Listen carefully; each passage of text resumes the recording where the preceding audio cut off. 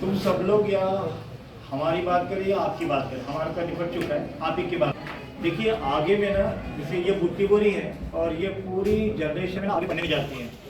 अब इसमें ना जो बच्चे नागपुर है ना शिफ्ट हो रहे हैं विद पेरेंट्स, जिनकी पूरी व्यवस्था हो चुकी है, वही बच्चे नागपुर पहुंचो, बाकी लोग मत जाओ। अगर आपको ये इसका प्रूफ चाहिए तो उन बच्चों से पूछो जो नागपुर गए हैं और उनकी कुंडियाँ निकाल। बड़े हाल होते हैं अगर हम अप डाउन करते हैं। अप डाउन एक थकान भरा पार्ट होता है। और एजुकेशन आप यहाँ करो या शहर में करो, एजुकेशन में कोई फ़र्क नहीं रहता।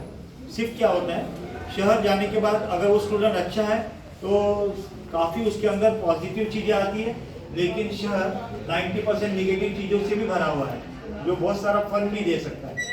इसलिए अपनी लेवल के अकॉर्डिंग सब्जेक्ट का चयन करें जो आपको करना है वो। दूसरा, करियर पॉइंट में पढ़ना कुछ लोगों को बड़ा प्रॉब्लमेटिक लगता है। यार 2 साल बहुत सबका ध्यान रहेगा हम कैसे हैं क्या है वो है, लेकिन इधर में कंपटीशन का नाम करते हैं हम लोग कि जेई नीट सीईटी पढ़ना है, और उधर में हम बोलते हैं कि हमको फ्रीडम भी चाहिए। तो फ्रीडम यहाँ से निकलने के बाद तो सारी दुनिया खुली है आपके लिए। तो थोड़ा सा अपनी लेवल के अकॉर्डिंग है ना कोर्सेज चूज करें और उसके आगे बढ़े। फॉर एग्जाम्पल हमारा कैलिबर सीईटी का है, हम जेई के पीछे ना भागे। हमें कौन भगाता है? इधर सीईटी पढ़ना है हमको 50, 55, 60 हज़ार में काम हो रहा है, लेकिन देखो जेई नीट में 2, 2.5, 3 लाख तक बोली लगती है। ठीक है, और आपको देखना है कि बड़ी कोचिंग का माहौल क्या होता है। तो एक मूवी है AIR, कुछ लोगों ने देखी होगी। AIR नाम की मूवी है, यूट्यूब पे अवेलेबल है कि पता नहीं मुझे। उसमें आपको बताया गया है कि कोचिंग में, बड़े बड़े कोचिंग में क्या क्या होता है।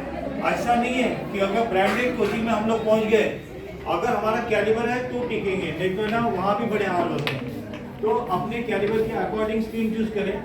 सबसे बेस्ट है जिनके पेरेंट्स को ऑलरेडी नॉलेज है, पेरेंट्स के हिसाब से डिसीजन लें। अगर किसी को लगता है कि हमें बैठ के इसके ऊपर बात करनी चाहिए तो आप अपने पेरेंट्स को लाइए, हम उनके साथ बात करेंगे। लेकिन एक प्रॉमिस है, हम एडमिशन के लिए आपको फ़ोन नहीं करेंगे, लेकिन जो चीज़ें आपको दोस्तों के माध्यम से मालूम पड़ती हैं वो दोस्त आपके पापा को नहीं बताएंगे ना। तो उनको हमारे पास लाइए, आप भी साथ में आइए और वेरीफाई करिए कि हम उनको क्या बताएं। लेकिन एडमिशन के लिए आपको प्रवृत्त नहीं किया जाएगा, ना आपके पापा को परेशान किया जाएगा। लेकिन बहुत ज़रूरी है अपने माँ बाप अवेयर होना, क्योंकि इंजीनियर का लड़का आसानी से इंजीनियर बन जाता है, डॉक्टर का लड़का डॉक्टर बन जाता है। तो हम देख रहे हैं ना समाज में इजी बनता है उनके लिए, हमारे लिए क्यों नहीं रास्ते खोलते। तो हमें काउंसलिंग की सख्त जरूरत है। नागपुर में काउंसलिंग के लिए बहुत सारा चार्ज किया जाता है, अपने बुट्टी में फ्री ऑफ कॉस्ट अवेलेबल है। ठीक है, और एक बार काउंसलिंग होने के बाद अगर आपको ये पता चले कि इम्पोर्टेंट इन्फॉर्मेशन मिली है तो बहुत अच्छी बात है। अगर खराब इन्फॉर्मेशन गई तो आप अपने दोस्तों को बता सकते मत जाए। लेकिन बहुत ज़रूरी है, पेरेंट्स अगर एजुकेटेड होंगे ना तो आपकी लाइफ बहुत अच्छी है, लेकिन उनको अगर आप अवेयर नहीं रखोगे तो आपके सामने समस्या आनी आएंगी। क्योंकि आज भी आपका दोस्त आपको सजेस्ट कर रहा है, जब मुसीबत आएगी ना पढ़ाई की, आपका दोस्त ही आपको सपोर्ट करेगा। अभी छोड़ना काय को टेंशन लेते हैं, देख लेंगे 6 महीने बाद और 6 महीने का पैसा।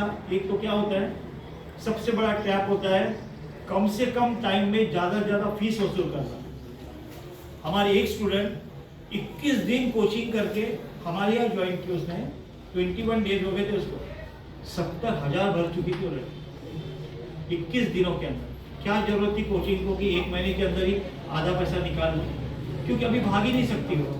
तो ध्यान रखो, पैसा बाजू में रखो, काउंसलिंग मस्त है, अपने पेरेंट्स को अवेयर कराओ और फिर जहाँ लगता है वहाँ काउंसलिंग करो एंड देन डिसाइड।